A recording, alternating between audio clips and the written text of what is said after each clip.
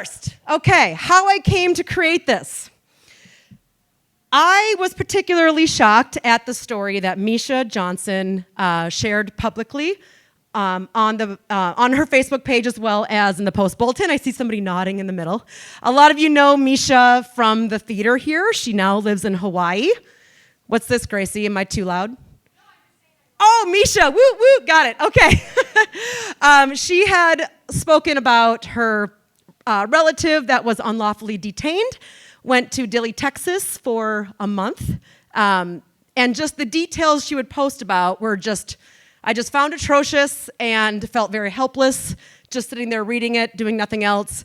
Also, the GoFundMe account that they had going, I could not believe how much money she said it was just to deal with court fees and transportation, and I just thought about all the people that don't have those connections and don't have those resources.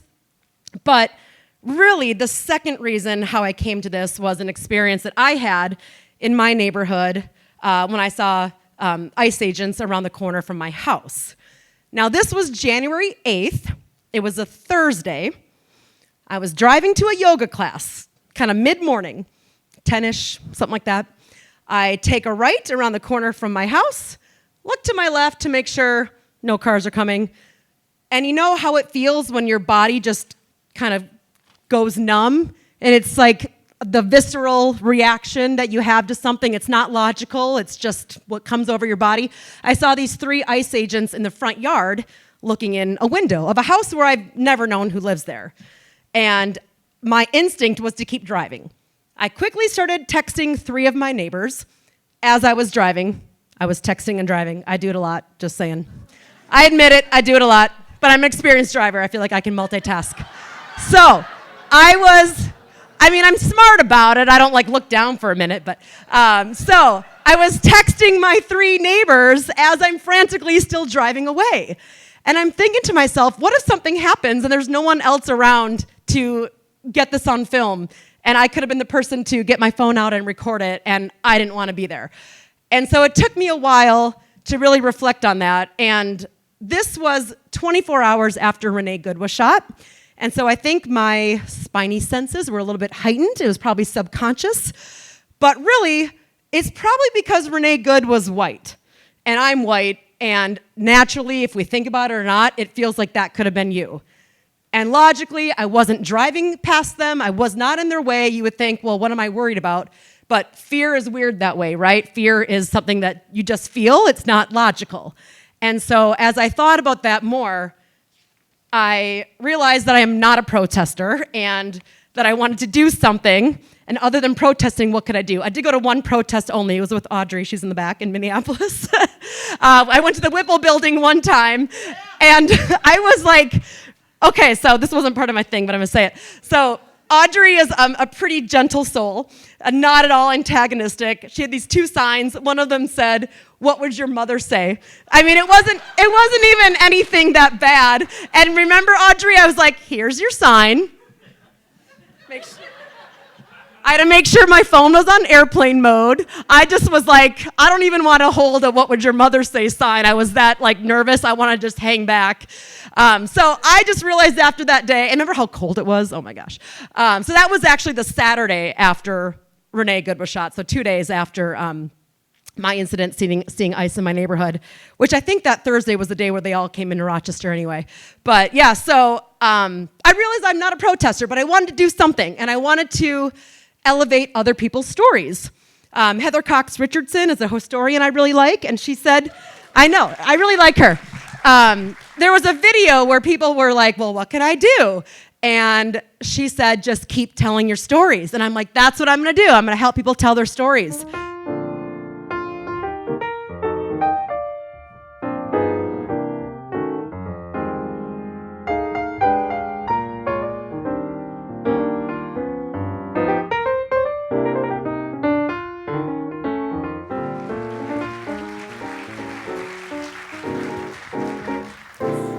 20 years ago, my son turned 18 and he was about to become a first-time voter.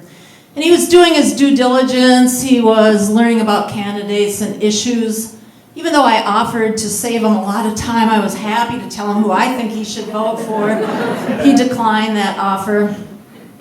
And one evening, he went to the University of Minnesota to hear a talk, and it was given by Ron Paul, who's better known these days as being the father of Rand Paul.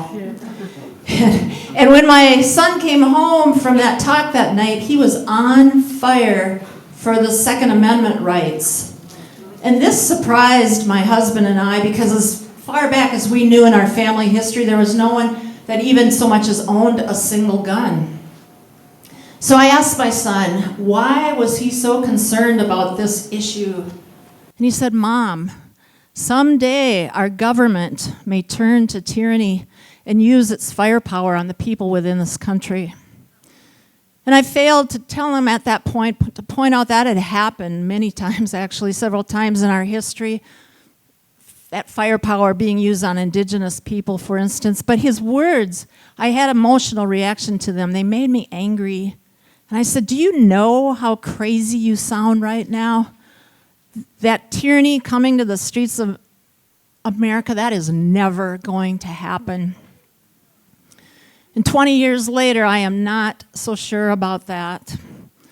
Now, when the Project Metro Surge, Operation Metro Surge, first rolled out, it was presented to the American people as a necessary action to restore law and order. And we were promised that the immigrant community as a whole wasn't going to be targeted, but just the repeat offenders, the violent offenders, the worst of the worst.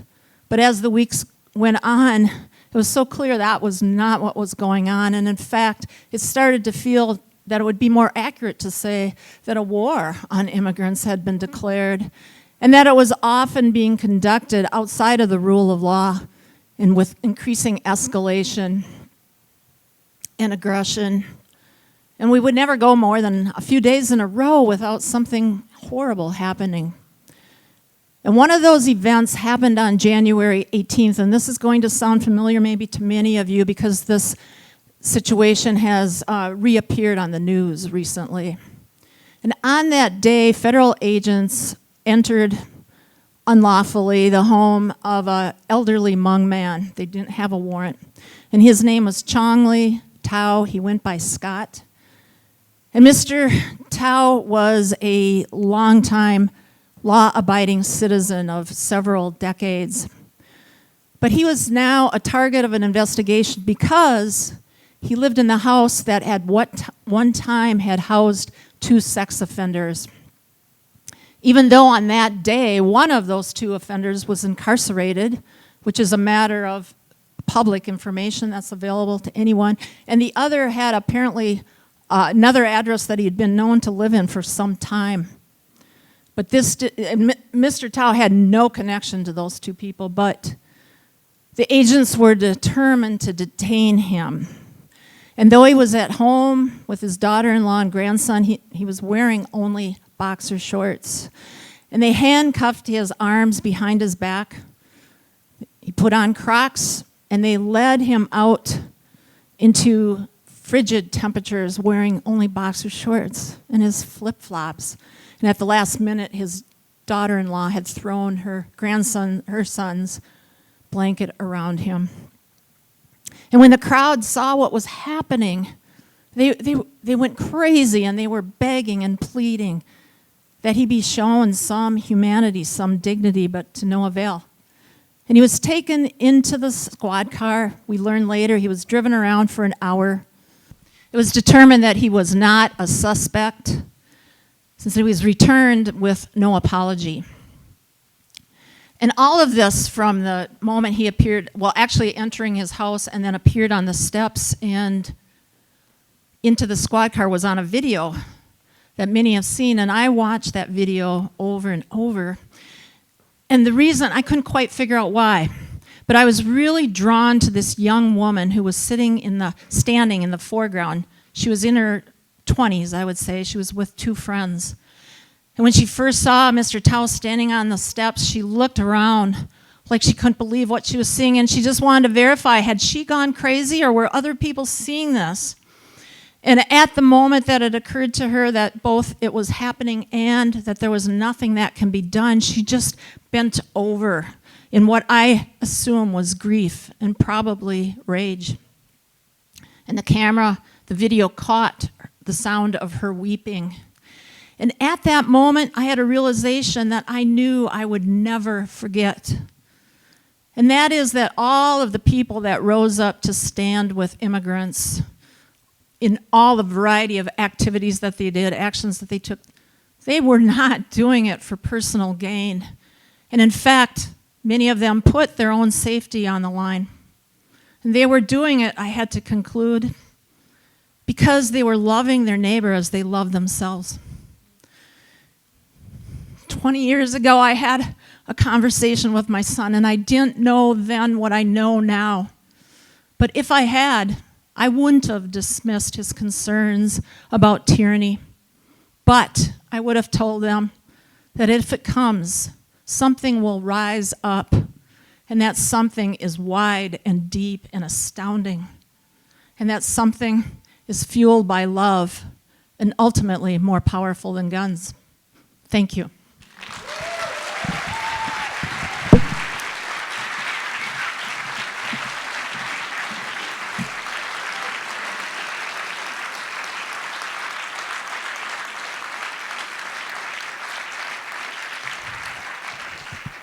Okay, can you hear me okay? All right. We also had great food at home, so, and still a lot of opinions. A regular morning. Coffee, feed the cat, kiss my husband. I love you, Mom, my daughter says. Where are my keys? Where's that phone? I rush out the door. My heart is full. Minnesota is home. At work, I get a hug as soon as I walk in. How are you, Ida? Just fine, love. How are you? We prepare the space for dreamers and innovators, the regulars, the builders, the hopeful. It's a great day. At the end of the day, I can't find my keys again. My husband texts, on my way home, it's been a great day in Minnesota. The next morning, coffee. Always coffee. The cat wants a second breakfast. Of course he does. Honey, my husband says, the news says ICE agents are coming. Yeah, okay. Where's my phone? Those damn keys are once again at the bottom of my purse like a black hole. I love you, Mom. I love you too, honey. Wait. Did he say ICE? What does that mean? What does that mean for us? Okay, stop overthinking. We'll be fine. Another morning, the coffee is stronger. They're deploying hundreds, he says, maybe thousands. You should start carrying your passport. I can barely keep track of my keys, babe. Be careful, Mom, my daughter says. At work, the energy has shifted. Something feels different. My phone notifications keep going off, on one by one, video after video. People questioned, people grabbed, people taken. Honey, my husband says, they're stopping people with accents. Please come home. I can't sleep. Morning comes heavy. A woman shot dead. A legal observer. Coffee held tight in my hand. Shelter in place. 3 children without their mother. Where's my phone? Where are my keys? Where's that damn passport? A 5-year-old in a bunny hat. Taken. Neighbors flood the streets. Whistles pierce the air. My daughter is having panic attacks. Mom, you have an accent. They will take you. Please stay home. Okay. Phone, keys, passport, whistle, menu armor. My husband tracks my location. Day 3 of panic attacks. I stop working. Another legal observer dead. Tear gas. Rubber bullets. The agents are 7 minutes from my house. 7 minutes. I pace the living room. Phones. Where's my phone? The keys. Passport. Whistle. Pocket-sized Constitution. Am I overthinking? Or am I trying to survive? I hear chanting outside. Ice out now. Ice out now. Neighbors in pajamas recording. Church ladies watching the intersections. People standing at schools so children can walk safely. We're missing families, the principal tells us. My daughter tells me, Mom, they took Emily's uncle. He's a citizen. People can't go to work. They're afraid to buy groceries. Restaurants are raided. Local businesses are targeted. What do I do? What do I do? My phone, my keys, my passport, my whistle, my pocket Constitution, fear. Then a knock at the door. What do you need? Neighbors bring food. They organize rides. They deliver diapers, medications, supplies. They wear gas masks and carry phones and whistles. They stand guard. Thousands fill the streets. We're with you, they say. I'm still afraid. I am not alone. They say there's a drawdown. Stay inside. My neighbors tell me, we've got you. We've got you. They're exhausted. Sleep is a luxury, but they're determined. We protect our neighbors, they say. We are Minnesota. Phone, key, passport, whistle, pocket-sized Constitution, courage. I take my husband's hand and we step outside slowly.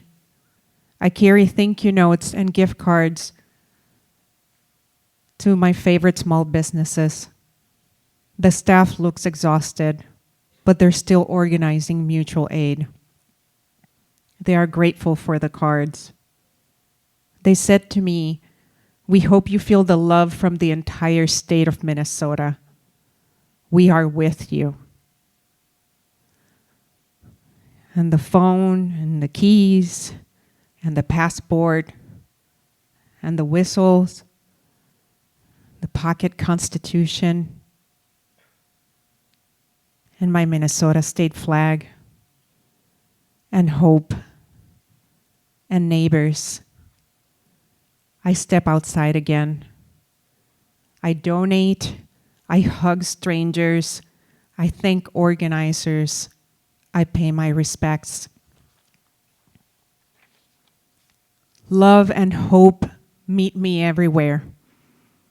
It's overwhelming. It's defiant. It's Minnesota. They say the agents are leaving. I breathe a real breath. After 9 weeks, I returned to work. I love you, Mom, my daughter says. The exhaustion is still there. The fear is still somewhere in my body. But something else is stronger. I have my passport. I have my whistles. I have my Constitution. I have my Minnesota state flag. I have my family and my neighbors. I have courage. I have my rebel loons. Thank you, Minnesota.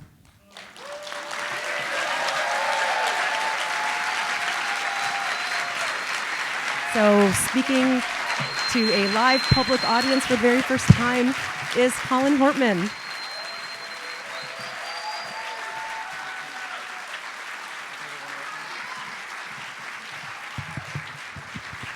Hello, everybody. Good evening. And Meredith, thank you. Truly, I was so inspired to write a story, and it feels really good to be able to share with all of you tonight. Good evening. I want to start by telling you a little bit about my parents. My dad, Mark, grew up in North Carolina, smart, funny, and the kind of person that people felt at ease with immediately. My mom, Melissa, was raised to be a true Minnesotan, determined, hardworking, and insightful. They met in their 20s, volunteering together in Washington, D.C. Fast forward 30 years, fulfilling careers, a home they loved, 2 grown, healthy adult children, and their golden retriever, Gilbert. Rejected from service dog training because he was just a little too friendly. And maybe a little too stubborn. He surely had my mom trained. My mom made her margaritas with fresh squeezed limes. My dad drank his rye whiskey on frozen cherries. My parents were dorky, deeply in love, and at ease with each other in a way I've spent my whole life trying to understand, and now will spend the rest of my life trying to hold on to. My mom was hilarious. She would go on these disco skis, cross-country skiing while jamming out to 70s and 80s disco music, especially ABBA. My dad built robots to help with chores and provide unwanted help in my mother's garden. And he trained Gilbert to ring the doorbell to come inside. Gilbert got the best of this whole life. He was my mom's 3rd kid, always underfoot while she baked, always out in the garden with her, always splooted under her desk when she was deep at work. He was the bestest boy. On June 18th, 2025, I pulled into the driveway of my parents' house, my childhood home, for the first time since they had been assassinated only 4 days prior. From the driveway, I could see bullet holes. The front door had been boarded up, so I had to enter through the garage. Inside, the tile was scorched with burn marks. The carpet must have caught on fire for a second. Shattered windows in every single room. Every step forward kicked up tear gas. It made my eyes burn and my throat close to the point where I cried out in pain. I didn't know a home could look like that. I didn't know my home could ever look like that. But then I got to the kitchen. The kitchen was the only place that wasn't destroyed. A cutting board with half a lime and a paring knife, 2 glasses set near the sink. One had 2 squeezed lime wedges dried out by then. The other was stained red at the bottom. Must have been cherries. On top of the toaster oven, out of Gilbert's reach, a fresh homemade rhubarb custard pie sat half-eaten. 2 plates with crumbs still left in the sink. I felt destruction in every other room of that house, but what I saw in that kitchen was love. The love of a good drink after a long day, the love of great food made from scratch, and the love of sharing it with each other on an ordinary night. I took a picture to preserve what I could. Since that day, I've known what I needed to do to find peace. I needed to go back to that kitchen. I needed to make my mom's margarita and have a whiskey the way my dad had his, and bake the pie that Gilbert loved to steal. I needed to sit inside that last moment of love that they shared. For 8 months, I couldn't. For 8 months, I fought an insurance company while trying to grieve. When the settlement finally came and the house was finally cleaned, I still hadn't done what I felt I needed to do. That stings in its own way, the hopeless anger of waiting until the practical nightmare was resolved, the paperwork of death handled. I knew that this insurance process, it failed my family and it was broken for other Minnesotans too. So while I waited, I started the work of fixing it. I testified before the state legislature. I advocated for a bill that would require law enforcement to disclose the chemical agents used in a home. Another bill will ensure that public insurance companies that use our tax dollars pay for the damage they are required by law to pay for, and make sure families that go through something like mine aren't left without a roadmap. Like my grief, this is a work in progress. About a month after the house was finally cleaned, about a month ago today, my wife Alina and I went back to unpack. We'd been in the house a handful of times since I first witnessed the aftermath of June 14th, sometimes for contractors or insurance agents, sometimes to guide various family members through their grief. Several times because I just wanted to sit there. It was never easy, never pleasant, and for a long time it wasn't safe because of the chemicals. But I got more capable with each visit. This time, the contents of my parents' lives were just sitting there in boxes, packed out, professionally cleaned, then packed again and returned. More than 450 boxes. At least 40 stacked on every surface of the kitchen. The first thing I did after we walked in was I found an amplifier, my dad's amplifier, and got my dad's speakers set up. He bought them back in the 80s after his first real paycheck from IBM. They'd traveled with him his whole life. You need music to work. He taught me that. And those speakers, they mattered. I tuned into The Current, his and my favorite radio station, and that felt like exactly the right first step. It was March 21st, 280 days since my parents were killed. We worked all day. We focused on the kitchen first so we could get it to a place where it felt good to cook in. 7 hours of unpacking before we called it. Alina took the car to pick up our dogs, some clothes, and a takeout pizza. And then we both did something we thought might take a very long time to be ready for. We spent the night. We just did it. We slept in the very bed we'd planned to fall asleep in on the night of June 14th, the bed we would have woken up in to celebrate Father's Day on the 15th. And somehow we both slept great, tucked away in the basement bedroom that had felt like a second home to us for years. Someone told me recently we tend to overestimate the emotions that are coming and underestimate our ability to cope. That has been proved true over and over again in my grief, never more than that night. The next morning, a Sunday, we met my sister, Sophie, for breakfast at Fat Nats in Brooklyn Park, a Hortman family favorite. She drove by the house afterward, wasn't yet ready to go inside. She needed to keep her distance, and that's okay. We all do this differently. Since writing this, Sophie has decided she was ready and ripped off that Band-Aid. I'm so proud of her. I love you, sister. Back at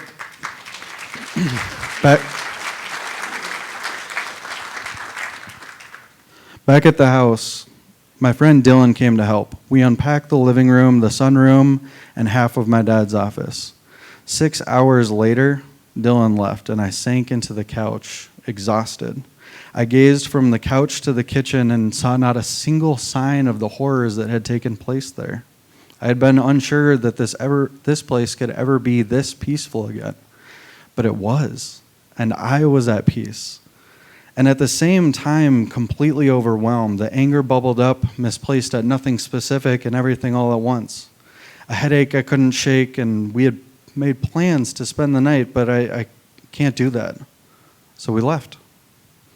What I understand now is that the peace of the house, of what my parents built and dreamed of, was overwhelming to actually feel. I needed to leave it, to take space and recover, to carry it. March 23rd was my birthday. I woke up in my relative's home, 30 minutes away from my childhood home, and I felt accomplished for the unpacking we'd done, the piece we'd put back together in that house. I felt happy. I had one goal, the same goal that I've had for 10 months: grieve more.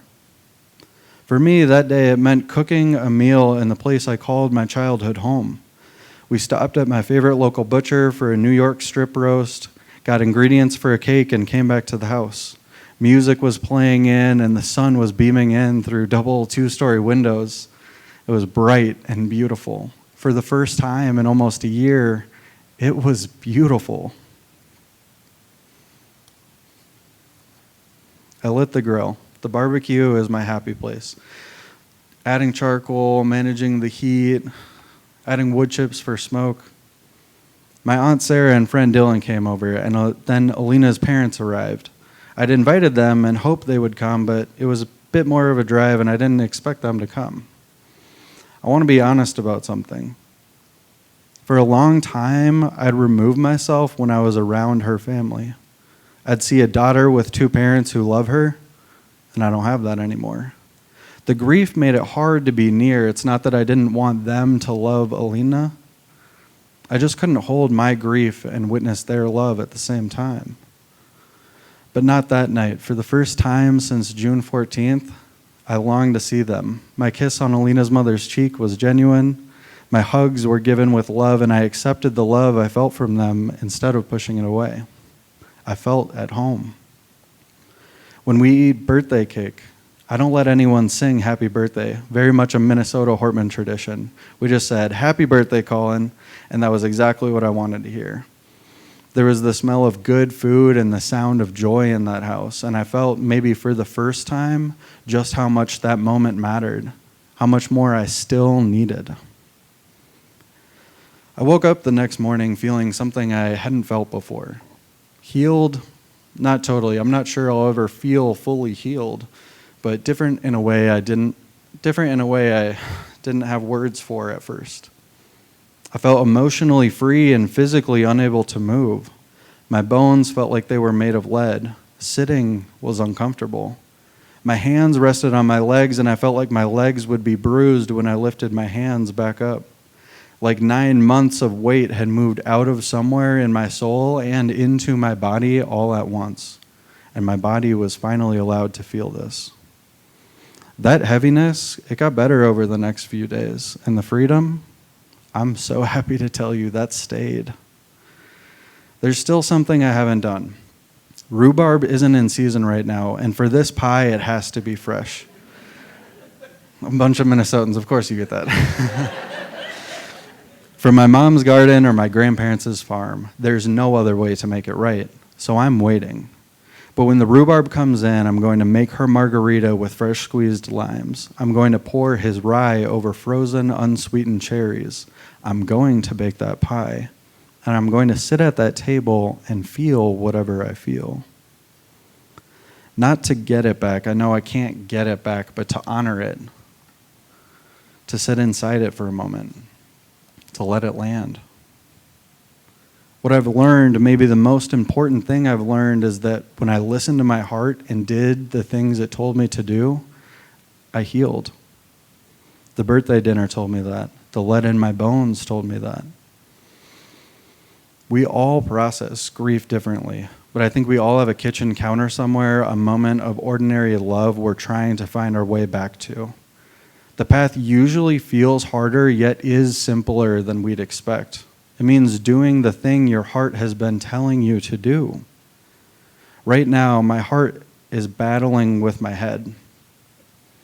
My head tells me to heal, to take time to take care of my sister, my wife, my family. But my heart tells me that Sophie and I, unfortunately, are in a unique position. We are the only people in this country to have lost both of their parents in a political assassination. And that puts us somewhere we didn't ask to be, with the responsibility we didn't choose, to do something about the climate that made this possible, to lower the temperature so that nothing like this ever happens again, so that no one can ever relate to us. Please let me know if we are not changing the world fast enough. A line my mother wrote to my father on their 1-year anniversary. My mother believed public service was about connecting with people across differences. She listened and then she acted. My dad never held office, but his service shaped me just as much. As a scout leader, a football coach, at every swim meet, even the ones up in Canada, he told me once that he thought of himself as a public servant too, just in a different way. Both of my parents lived lives of service to each other, to their communities, and above all, to their family. Show up for your community. Stand up for your values. Treat others the way you would want to be treated. That's the example they set. What has stunned me, especially in recent years, is how far our politics have drifted from those principles. I think we've all contributed to this shift. I've contributed to this shift. And social media and the algorithms have amplified it. We speak with anger, we post with animosity, we insult, we taunt, mock, and question the intelligence of people we don't agree with. Online, in our communities, and far too often at home. When we talk about others this way, it can feel abstract, like our words only exist on a screen, like the person we're talking about isn't a real human with the same depth of perspective as our own. For me, it's not abstract. It lives in my body, my mind, and my everyday life. I live with PTSD, I'm on medication, I'm in talk therapy, I do ART or accelerated resolution therapy, couples counseling, and I'm on I already said I'm on medication. I guess that's written twice. Honestly, it's been life-changing, and it's not something to be scared of. My ability to concentrate has changed. My ability to think through complex issues has changed. Why do you think I'm reading off a piece of paper? My ability to interpret tone, sometimes even with my wife sitting over there, has been compromised. I still struggle with panic attacks. I still cry unexpectedly. A single sentence or random object can pull me back into images I can't escape. I'm open about all of this because I think that when we choose to silence grief, we also silence empathy. Let's get back to the language. When someone is framed as a danger to survival or as fundamentally immoral, as an enemy, it invites fear. And fear, when repeated often enough, turns into permission. Permission to harass, permission to threaten, and eventually, permission to act. That is how powerful our words are. That is how our words become weapons. I'm standing here as the human cost of that shift. I'm not here to cast blame. I'm here to talk about what we can do differently. In my search for meaning, for how we got here and what we can do, I found something called the Dignity Index. The Dignity Index is a tool. It's an 8-point scale that measures whether our language recognizes the humanity of others or strips it away. It's not about ideology, it's about how we talk to and about one another. At the lowest levels, people are reduced to labels and enemies. At the highest levels, we criticize ideas firmly while still acknowledging the dignity of people who hold them. Dignity does not mean agreement. It means refusing to dehumanize. How many of you have been dehumanized? Labeled as an existential threat? Illegals, maggots, libtards, homos. Some of you have used that language yourselves. I'm not here to litigate who started it. I'm here because I've seen where it ends. Show up for your community. Stand up for your values. Treat others the way you'd want to be treated. In some periods of my life, like the one I'm going through now, following that has taken everything I've got. My parents weren't perfect either. But like with everything, practice makes it a whole lot easier. The best tool I've found is a daily phrase exercise. You can find it at dignity.us. Each day you're given a quote, something from a public figure or a pop culture reference, and you rate it on the scale. It takes a minute, but what it does is retrain your ear.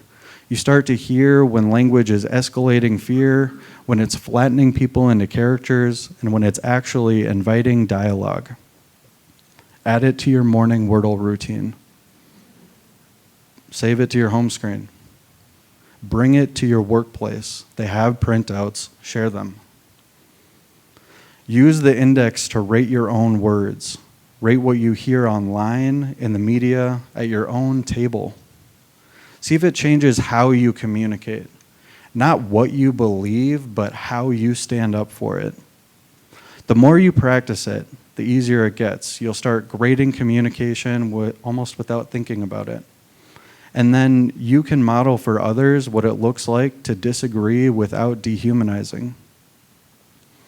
The question I keep asking myself, my family and my friends, and now I'm asking you is this: how can we be a state, a country that both mourns and rebuilds, that disagrees without destroying, that compromises with dignity?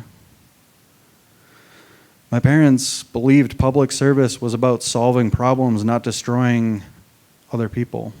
I'm here as their son, just trying to carry that legacy forward. I want to be honest with you about why I'm asking. I'm so afraid. I'm afraid that if we don't change something, more people will die. I'm afraid that the language we allow to persist in our politics will keep building permission in people who are already on edge. That's what I'm carrying when I stand here. Not anger, not blame, fear, and the hope that comes from believing that together we can do something about it. Because if words can raise temperatures to violence, we have to ask ourselves, what words will we use to cool them? Thank you.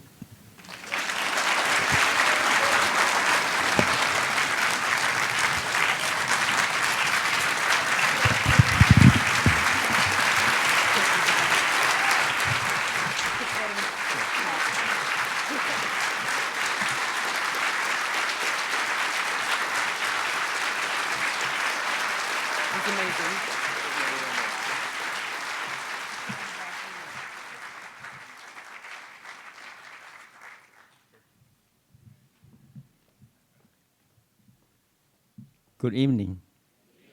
Yeah. I would like to share a small story. 36 years ago, my family arrived in Rochester with almost nothing. Tonight, after closing the store, I stopped by Target and bought a Hershey chocolate bar with almond. I didn't really want to eat it. I just want to hold it. Because sometimes food is not just food, it's memory. When I first came to the United States, beside Pignano, Hershey chocolate bar with almond was one of my favorite treats. Back then, it was a 3 bar for $1. To many people, it was just cheap candy. To me,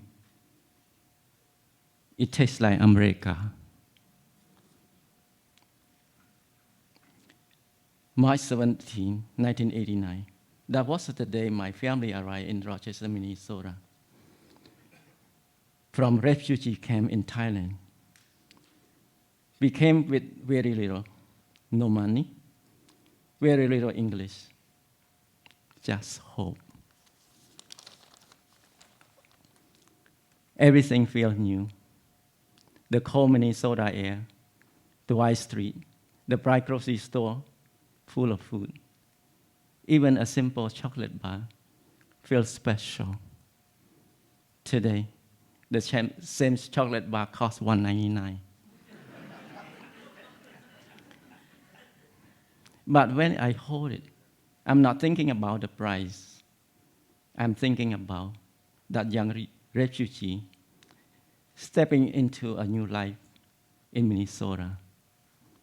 Now, decades later, I run a small grocery store in this same city. My children grew up here. Rochester became home. Sometimes, the smallest thing carry biggest memory. Tonight, that little Hershey bar remind me how far we have come. Grateful for America.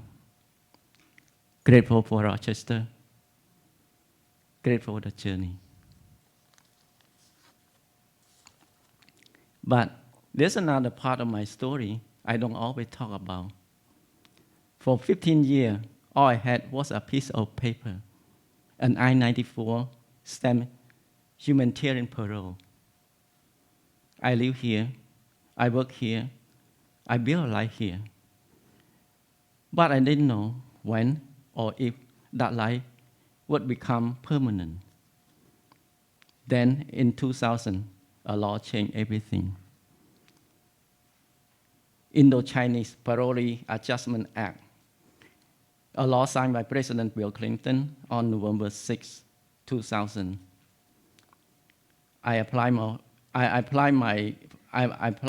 for my green card, and when it came, it went back to the day I arrived, March 17, 1989. 2 weeks later, I applied for citizenship. And on February 15, 2006, I became a United States citizen.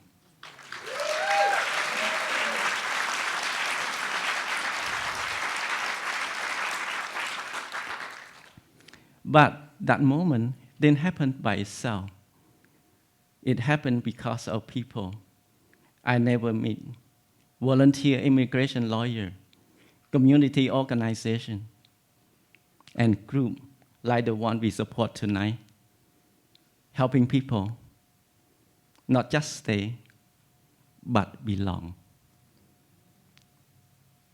I may never know their name, but I carry the result of their work every single day. Thank you. Thank you.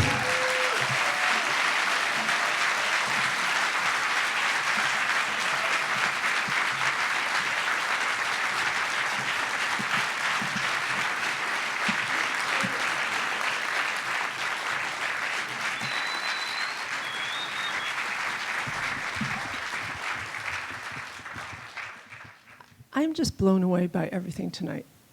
Meredith, this is amazing. Yeah.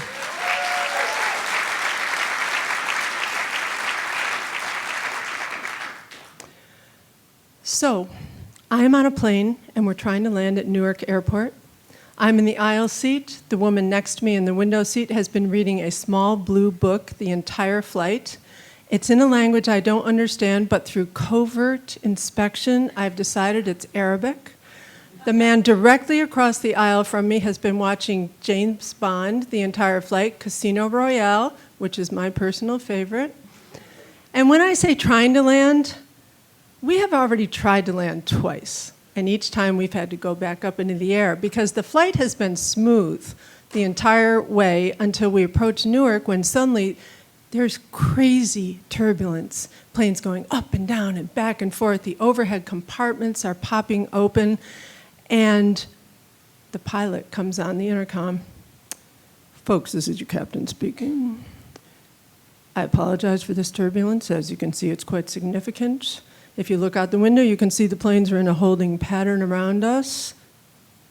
We look out the window, it's true. Unfortunately, we are a bit low on fuel, and so ground control has instructed us to make a wide loop and approach at a different angle. That's what we're going to do.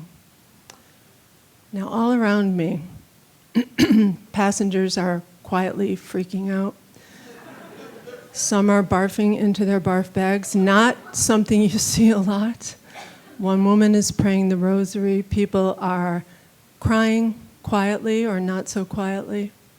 People are praying in languages I don't recognize. But we are low enough that I have a couple bars on my phone, and I am trying to figure out what I should text my 3 children in the last few minutes of my life. Should it be a single text to each one, something like a cheery little "love you!" exclamation mark? But what if the plane crashes and I only have time to send one? The other 2 are going to be in therapy the rest of their lives because I haven't been thinking about them. So maybe a group text would be better. Something maybe a little more serious like, "I love you all so much."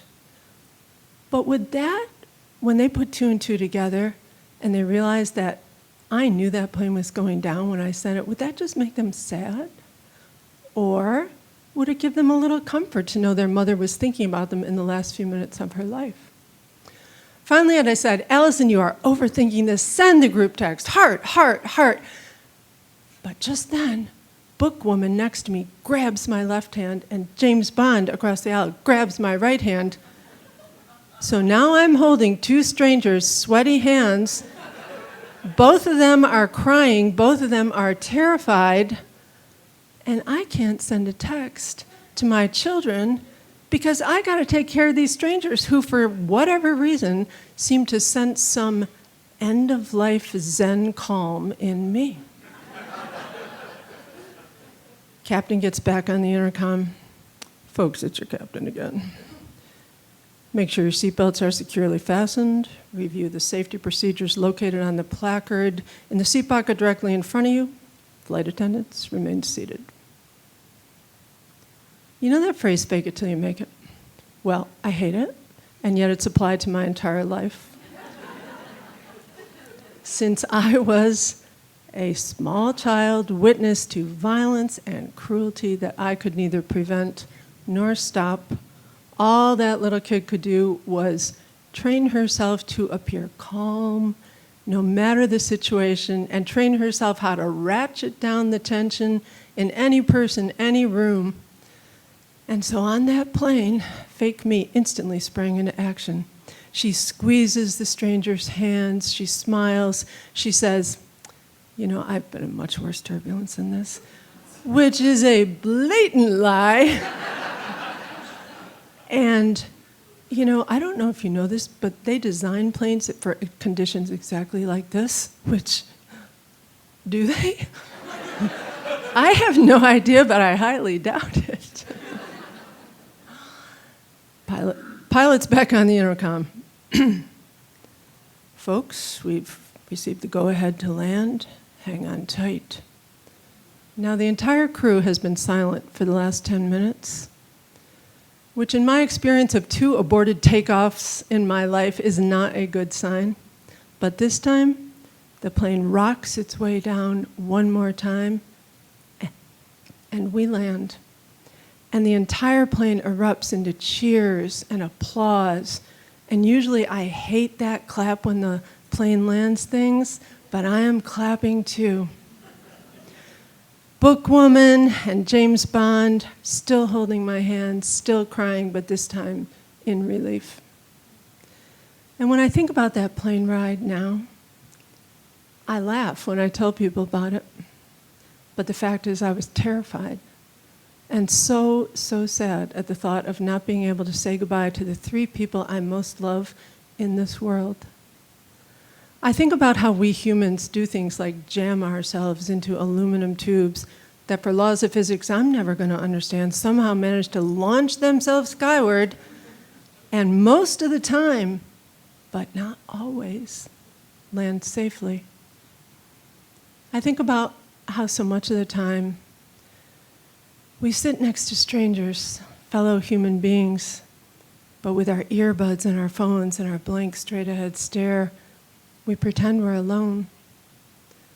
But most of the time, what I think about is how no matter who we are or what languages we speak or where we're from, when it comes to our moments of greatest fear and greatest sadness, we instinctively reach for each other's hands. Thank you.